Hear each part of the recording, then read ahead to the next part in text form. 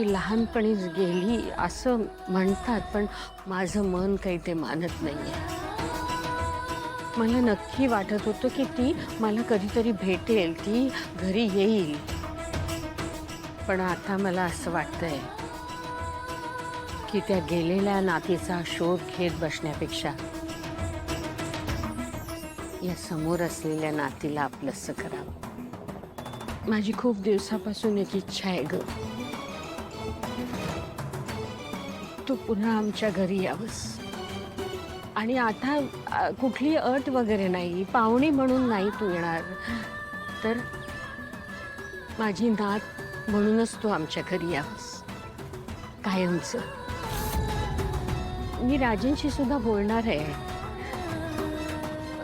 तो तुला दत्तक घेईल, म्हणजे आपलं नातं कागदोपत्री सुद्धा पक्क होईल.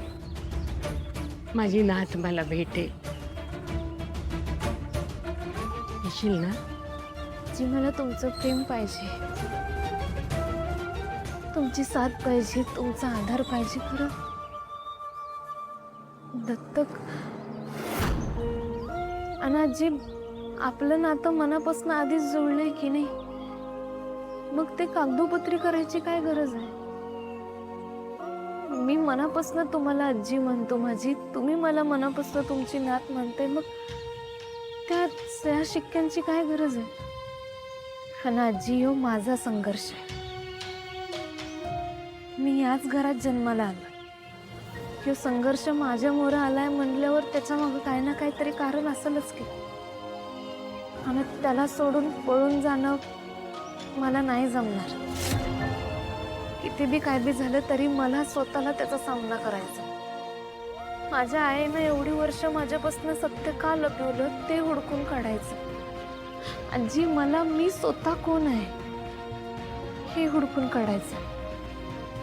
आणि ज्या दिवशी मी ते हुडकून काढीन त्या दिवशी मी माझी खरी ओळख घेऊन तुमच्याकडे येईन. कमली,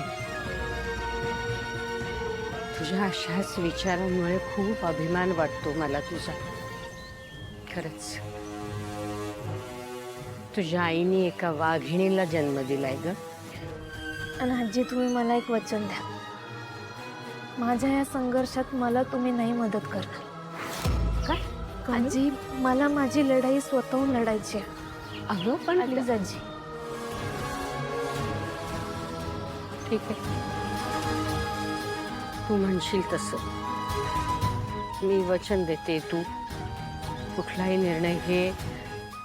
थोडं बोलायचं होतं. बोल ना राधिका. ऋषी जाऊन 5-6 दिवस झाले. तुम्ही त्याच्याशी बोलला पण नाही, फोन पण नाही केला. कदाचित तो तुमच्या फोनची वाट बघत असेल. राधिका, मी आधीच सांगितलंय, मला या विषयावर कोणाशीही बोलायचं नाहीये. आणि मला वाटतं आपल्यापैकी कोणीही त्याच्याशी बोलण्याची काहीच गरज नाहीये.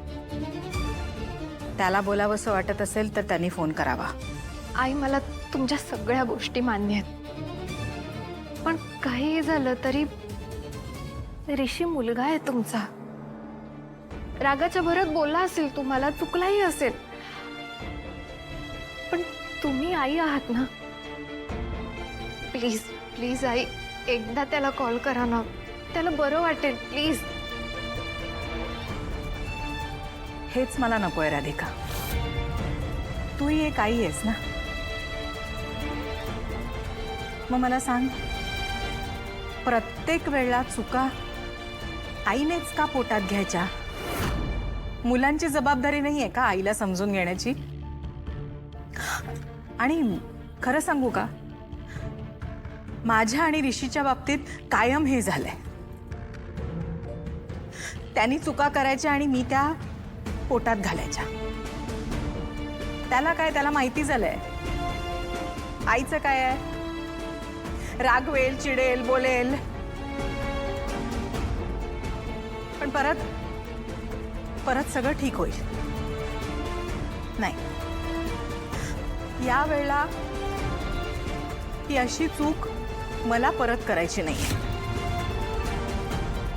मी नाही बोलणार त्याच्याशी.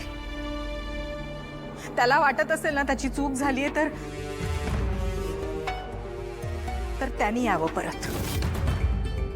मी त्याला बोलवायला जाणार नाही आणि फोन तर अजिबात करणार नाही. राधिका, का परत परत तोच विषय काढून आईला त्रास देतेस तू? हे बघ, आईने एकदा जो निर्णय घेतला तो घेतला, त्यात बदल होत नसतो, कळलं? आणि ज्या माणसाला त्याच्या घराची, घरातल्या लोकांची किंमत नसेल ना, त्यांनी घराच्या बाहेरच राहावं. त्याने घरात यायची काही गरज नाहीये. Rohit, Radhika, stop it please. हा विषय थांबा.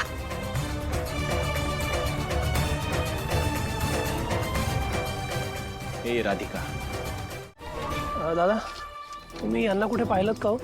नाही हो. काय ग, सकाळपासून बघायलोय. तुम्ही हा फोटो घेऊन गावभर फिरताय, नक्की विषय काय आहे ग? काय वेळमणीचा व्यवहार आहे की काय? नाही अहो, आम्ही फक्त यांना शोधतोय, बाकी काही नाही. कोणी पाठवलं तुम्हाला? कुठनं आला सर? आणि कोणाची परवानगी घेऊन गावात फिरताय? दादा दादा, हे बघा, आम्ही कुणाला त्रास द्यायला इथं आलेलो नाही.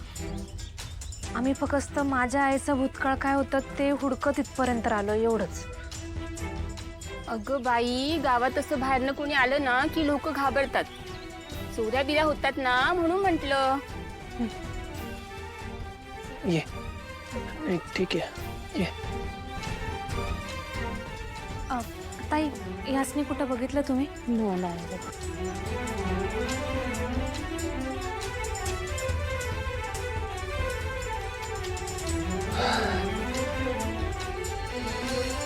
अख्खं गाव उडकून झालं तरी बी काय सापडलेलं नाही.